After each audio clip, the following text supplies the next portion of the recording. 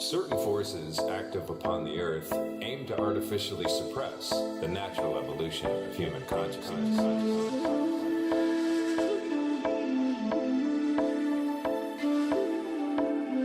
Yo, what I do?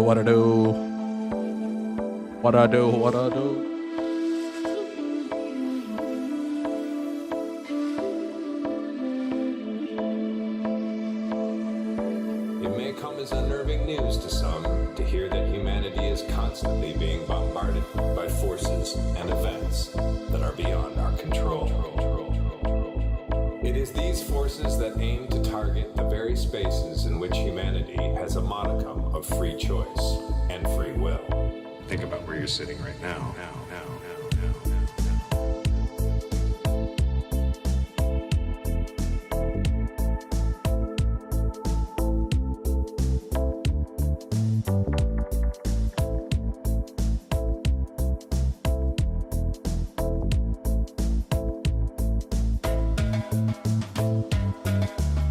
The perpetual battlefield is what we know as our everyday lives.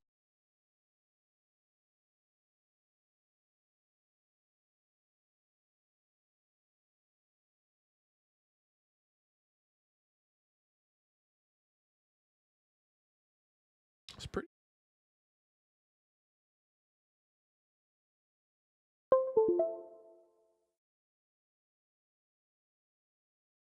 Being killed. How much more? How much more can you explain? It's Killer Chronicles.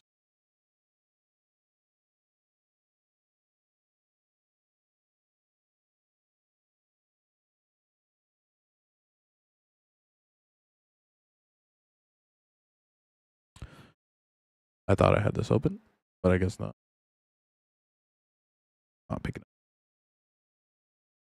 All right, so hopefully now you should be able to hear me better. Nice. Let's go. And let's get it on.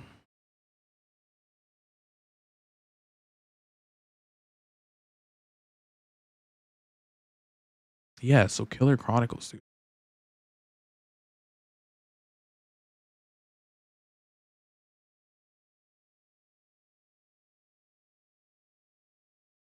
Called Mania Prison Hit exclusive.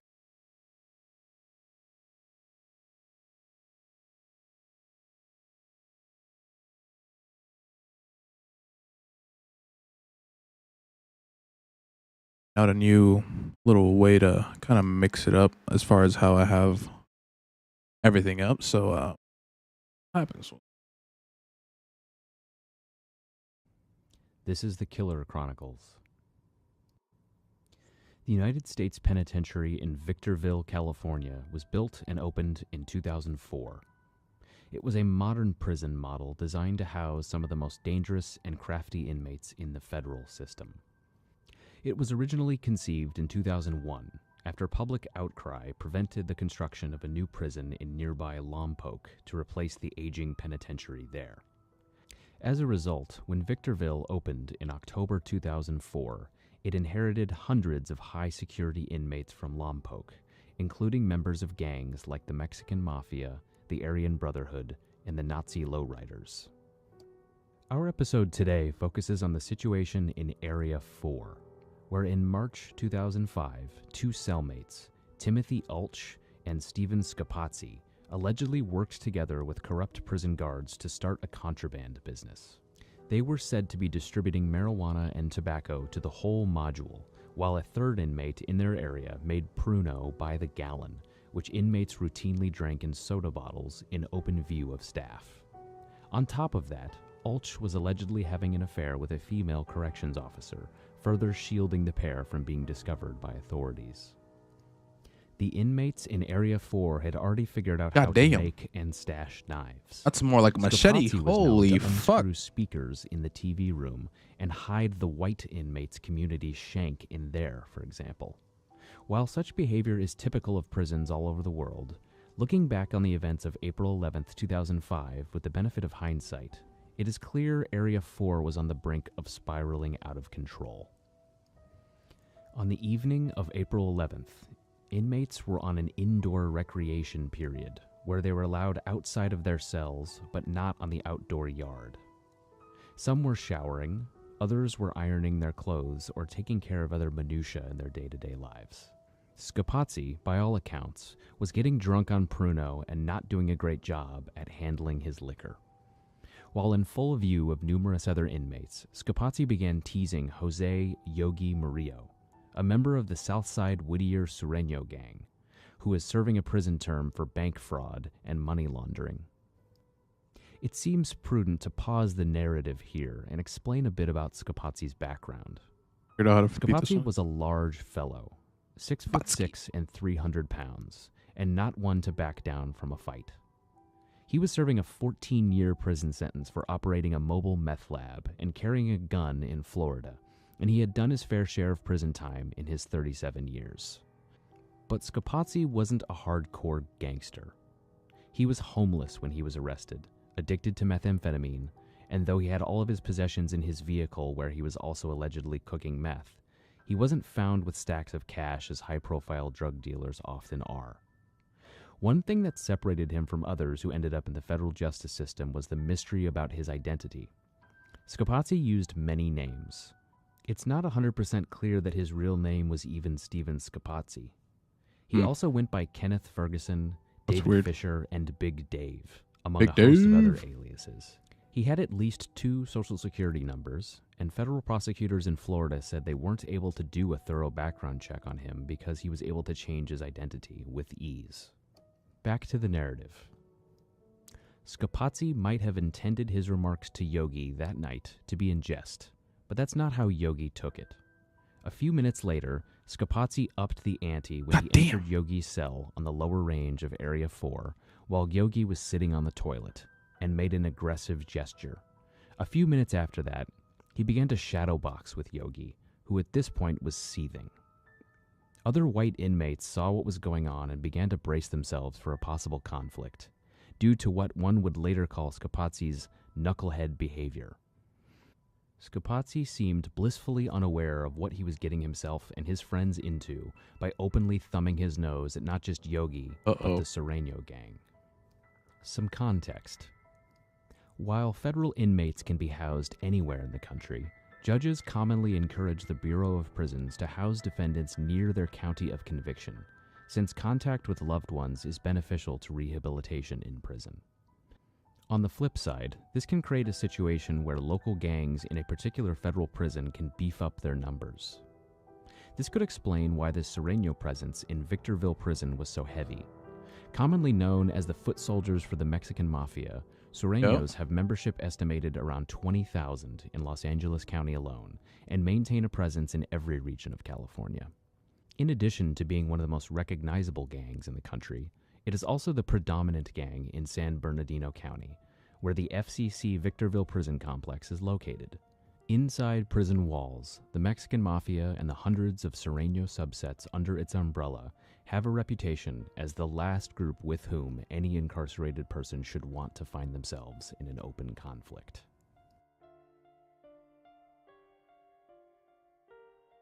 Around 8:12 that evening, inmate Robert Salazar, an elder among the Sureños, made one last-ditch effort to avoid a conflict. He went to Scapazzi's cell, 204, told Scapazzi that he had offended Yogi, and asked for an apology. Scapazzi continued to brush aside what had happened, and said something along the lines of, "We can meet up in the TV room if he wants," a clear challenge for a fight. Another white inmate tried to step in and tell Salazar that Scapazzi was just joking. "It's all good," Salazar reassured them. As the next few minutes would demonstrate, that wasn't exactly true.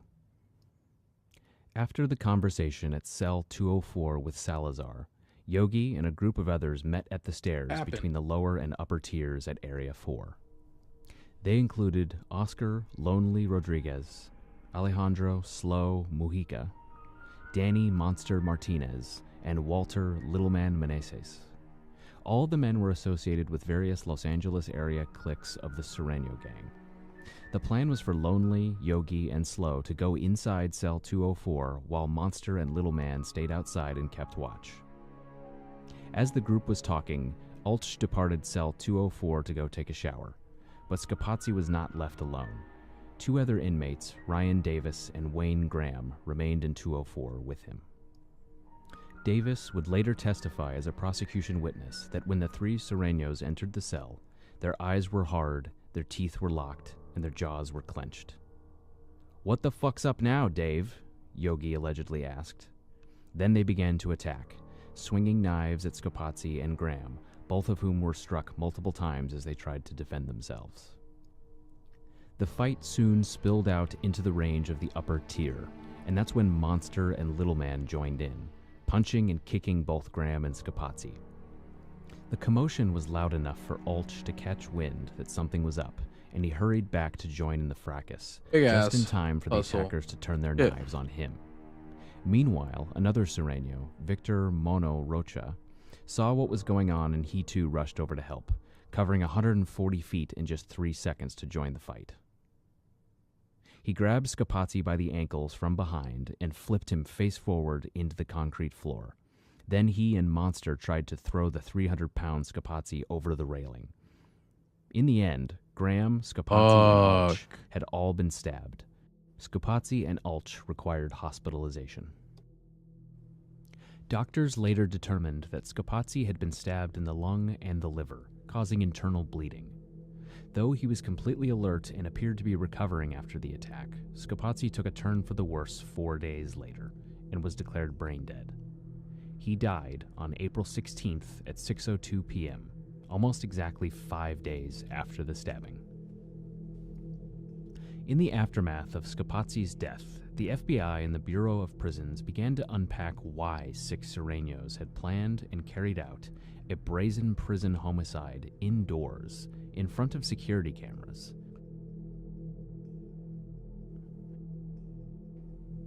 A prison kite that authorities later intercepted from Yogi to Lonely made the gang motive behind the murder crystal clear. It said, "We know what the fuck happened in the cell. The Vato disrespected the Sir, so fuck 'em, SA. To me, they got what they had coming, because I'm 100% Rider homeboy, and a motherfucker that disrespects the Sir like that, they got something coming. Fuck the FBI, the 187, and all the scary motherfuckers." In September 2005, just 5 months after the attack, Yogi, Lonely, Slow, Monster, Little Man, and Mono were indicted on charges of murder, conspiracy, and assault. The trial happened in 2008, and the jury seemed to keep an open mind throughout. Only Yogi, Lonely, and Slow, the 3 stabbers, were convicted of murder and sentenced to life in prison. Little Man was convicted of assault and got 5 years, while Monster was convicted only of throwing kicks during the fracas and received just 6 months. Mono was tried separately, convicted of assault, and received 87 months in prison.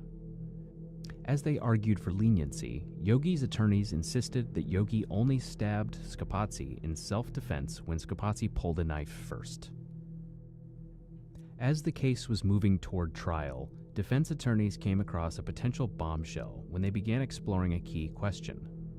Why did it take 5 days for Scapazzi to die when he appeared to be on track for recovery at first?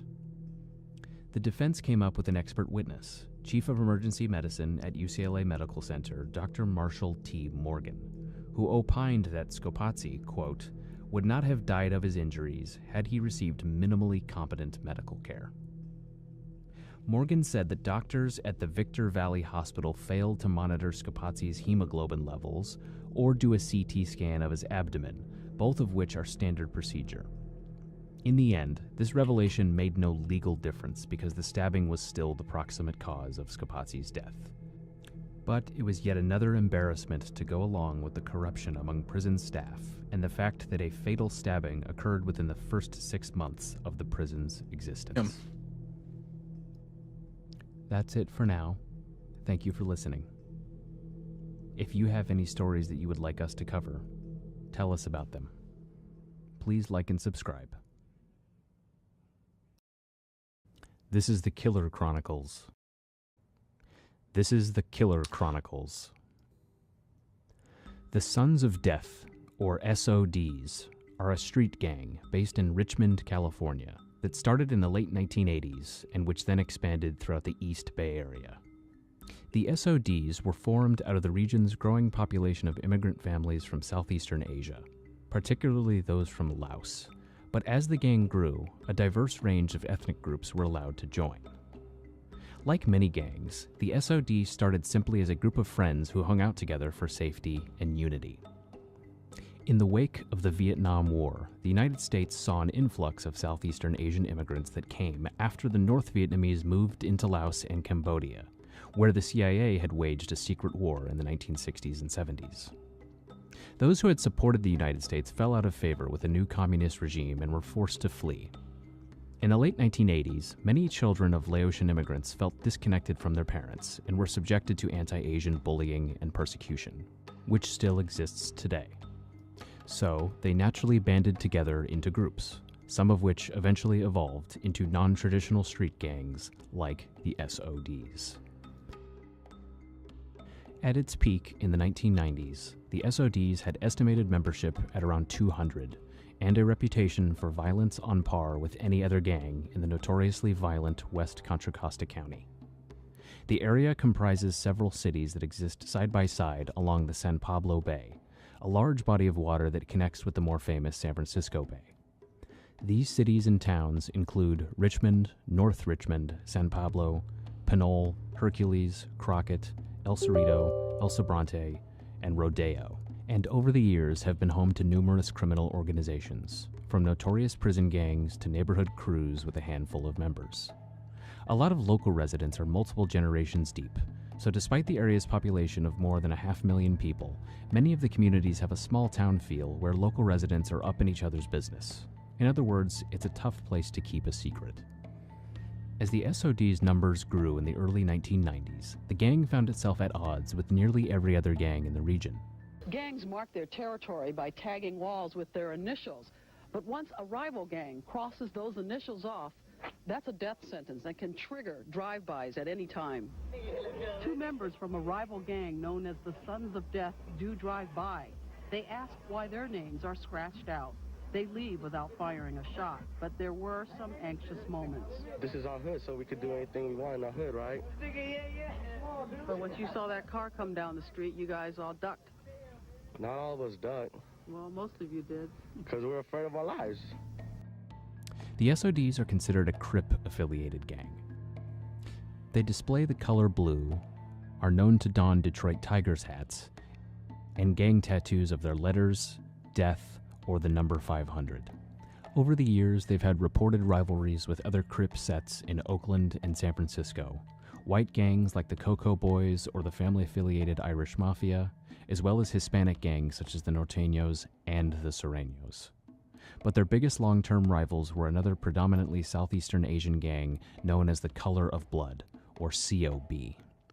The COB's numbers never quite reached as high as the SOD's, but the two gangs clashed on and off for more than a decade. Today, there's a common misconception that the SODs are a thing of the past, but while the gang doesn't have the notoriety it did in the mid-90s, there are still plenty of active members, including some who've been linked to recent shootings in the Bay Area. On July 16th, 1997, a group of 5 SOD members from Richmond and San Pablo traveled to Oakland amid an ongoing feud with the Oakland Junior Crips. At around 7 p.m., they spotted a group of about 15 people standing in the driveway of an apartment complex on the 2300 block of East 17th Street and opened fire on the crowd with sawed-off shotguns. 2 13-year-old boys were injured, and a 7-year-old, Su Seo Seifan, who was tagging along with his older brothers, was struck in the neck by a shotgun pellet and killed. Over the next 2 weeks, police arrested a 16-year-old, a 17-year-old, and 3 18-year-olds in connection with the shooting. 20 years later, one of the shooters, Kao Se-lee, tearfully admitted to a parole board that they weren't even sure if their intended target was among the group when they opened fire, and that they celebrated after the shooting. "It was heartless," he said between the sobs. At this hearing, Se-lee was granted parole. Just 2 days after Seifan was shot and killed, 19-year-old SOD member Dien Hun of Richmond was gunned down in a drive-by shooting on Sanford Avenue at Rumrill Boulevard, about 3 hours before sundown. police arrested 4 alleged Color of Blood members: Sang Chum of El Cerrito, Pun Kamam, 20, of San Pablo, and 2 16-year-old boys from Richmond. On December 17, 1999, 16-year-old Hercules resident Michael Buenaluz was exiting J&M Liquors on San Pablo Avenue and Lake Street in San Pablo with his girlfriend and 2 friends when they were accosted by 3 members of the SOD. All juveniles, who apparently took issue with someone in the group wearing red. As Buenaluz and his friends started to drive away, a 15-year-old SOD member pulled out a pistol and fired into the car, killing Buenaluz and paralyzing 2 other occupants. Prosecutors described the shooter as a third-generation SOD member and tried him as an adult, making him the youngest child at the time to ever appear as a criminal defendant in Contra Costa County adult court. Police claimed none of the victims were gang members. In the early morning hours of July 25, 2003, SOD elder Neil Few was hanging out with 4 other SOD members and associates, all teenagers, on the front porch of a house near South 15th Street and Main Avenue in Richmond, when 23-year-old Salvador Chava Espinoza, a member of the Sereno subset known as the Easter Hill Locos, walked by, threw up a gang sign, and yelled something derogatory at the group. The 4 teenagers ran towards Espinoza and jumped him, and one of them pulled out a .38 caliber revolver. But Few told them not to fire and instead instructed the teens to beat Espinoza. They tackled him, slammed his head into a car door, and stomped him into the pavement. Fuck. Then one of the assailants, said, "Fuck the guns, Ezekiel beat that Johnson, ass." stabbed Espinoza in the throat. That's killing wild as him. Police arrested a total of 7 suspects in the murder, either as direct participants or accessories. Neil Few was not arrested until a year later in Utah, where he was extradited back to Richmond and eventually convicted of ordering the murder. Around the same time, a group of Cambodian Crips from San Francisco allegedly ambushed and shot at an SOD member at a house party in Hercules, but instead struck an innocent bystander, ripping off part of a man's arm with a shotgun blast. In 2013, alleged SOD member Kevin Vilon Jun conscripted a girlfriend, Brittany Bernard, to lure 43-year-old Rodel Sarmiento from the San Pablo Lytton Casino, where Sarmiento had been on a winning streak, to an area of Richmond where Vilon Jun ambushed and shot him in an attempted robbery. Vilon Jun was later sentenced to 50 years to life. Bernard also received a life sentence but was ordered released from prison in 2020 after a change in state law abolished the theory of murder behind her conviction. In recent years, violent incidents by the SODs have largely tapered off, thanks to a widespread community response to gun violence in Richmond that is credited with scaling back the city's homicide rate that was once considered among the worst per capita in the nation. But the SODs have not completely disappeared from the scene. In January 2020, an alleged SOD member named Jeffrey Vo was arrested and charged with murdering 22-year-old Albany resident Robel Tedes in the city of San Pablo. Vo allegedly shot Tedes on the orders of a high-ranking SOD member who helped Vo escape capture for several months after the homicide. Vo's case is still pending, according to reports in the local media. While the SODs are now several generations deep, many who joined the gang as children are now living out normal lives in society, having left the gang behind. In 1995, one former member named Pao Se-cha explained why the lifestyle became too much for him to bear. Quote, "You're always looking to see who's coming around the corner. If it was the police, we'd take off. If it was someone we didn't know, the guns would come out. Our gang's code was simple. If someone cuts off your arm, you cut off both of his." Yeah. That's it for now. Thank you for listening. If you have stories that you would like us to cover, tell us about them. This is the Killer Chronicles. In April 2005, Keith Barnes sat down in his federal prison cell and penned a letter to an assistant U.S. attorney in Washington, D.C., explaining that, for years, his pleas had been falling on deaf ears, and it was a matter of life and death. He desperately wanted to be relocated to any other prison system besides the one that currently housed him, the Federal Bureau of Prisons. Barnes was a notorious informant in a Washington, D.C. murder case, and his enemies lurked around every corner. He wrote, "My current unit team is treating my request for non-BOP placement with deliberate indifference. Instead, they want to feed me to the wolves by constantly attempting to send me to general population. There is nowhere I can go in the Bureau of Prisons without a DC inmate knowing about my situation. I have no one else to turn to." Barnes's letter was nothing new. For years, he'd written anyone he could think of, prison staff, attorneys, even his congresswoman, with the same exact request. But there was something special about this letter. It would be the last one Keith Barnes would ever write. Less than a month after sending it, Barnes was transferred to USP Beaumont in Texas and placed in general population. Less than a day later, Barnes's body was found inside a cell with 106 stab wounds. Lord. Barnes's murder was a response to policy set by the United States Congress, sprawling gang culture in the federal prison system, and the age-old adage, snitches get stitches. It all started on April 11th, 1996, when a group of 4 Washington, D.C. residents, including a 17-year-old Barnes, a 17-year-old James Rat Carpenter, 20-year-old Jimmy Jimbo Pearsall, and 18-year-old Theo Mitchell. The 4 showed up to the Chesapeake Street apartment of Israel Dog Jones, a local drug dealer who was rumored to have cash hidden in his apartment. 3 of them were armed with pistols, and Barnes kicked down Jones's door expecting him to be home. Barnes's version of events, as recounted during his sworn testimony, follows. When they discovered Jones was not there, Pearsall and Mitchell left to find Jones while the other 2 stayed behind to search the apartment.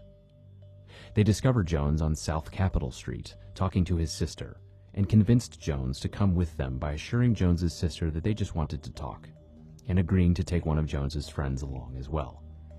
On the drive, they dropped off Jones's friend, but then led Jones back to his apartment at gunpoint.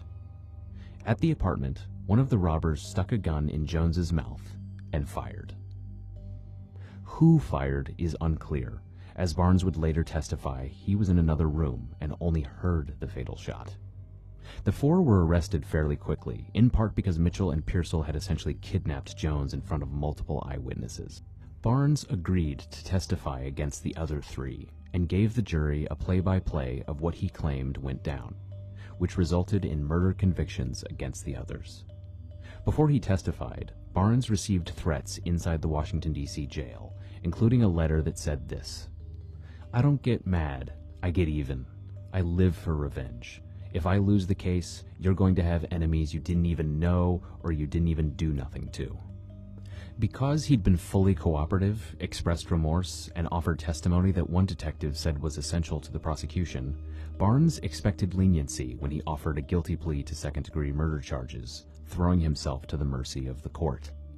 Instead, he was given 15 years to life in prison, with no guarantee of ever being a free man without first getting past a parole board. For the better part of the next decade, Barnes was circulated around various federal prisons, assaulted numerous times, and tried desperately to get himself out of the Bureau of Prisons system, without success. Almost anywhere in the U.S., a person who gets prosecuted for violating state law will be sent to that state's prison system.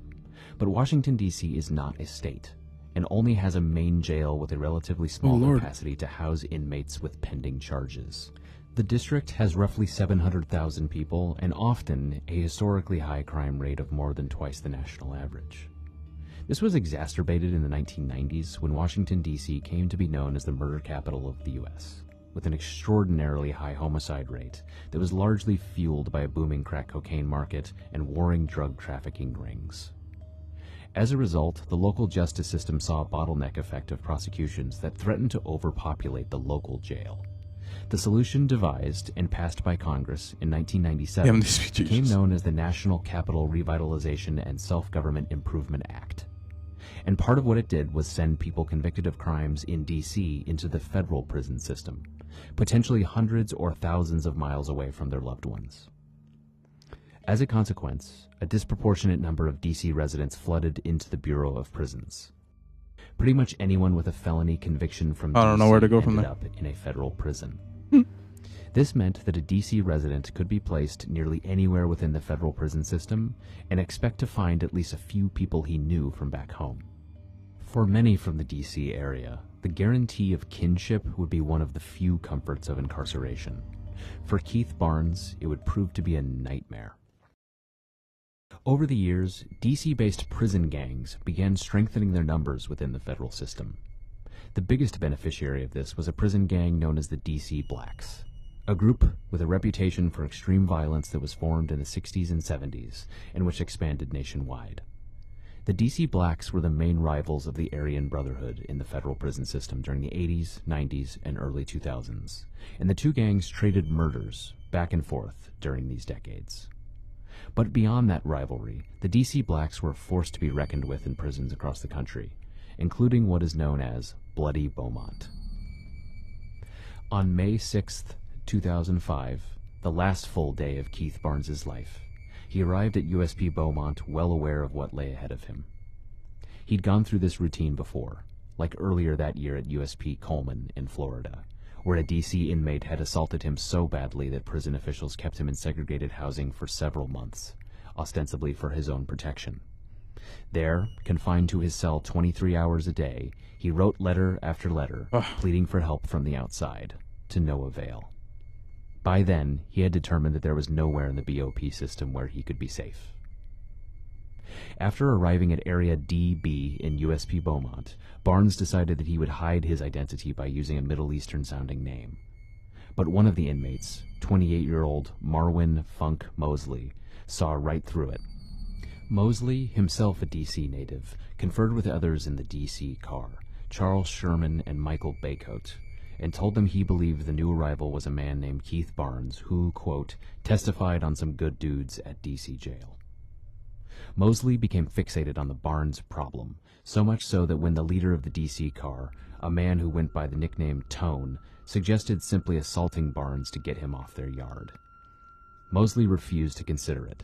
Quote, no, we're going to kill him. I'm going to kill him. While Baycoat and Sherman seemed reluctant to participate in the actual killing, Mosley found another D.C. inmate who stayed in another module who agreed to help. His name was Joseph Ebron. As a matter of fact, Joseph Ebron and Marwin Mosley had good reason to dislike government informants. Mosley was serving a life sentence as a part of a federal indictment into what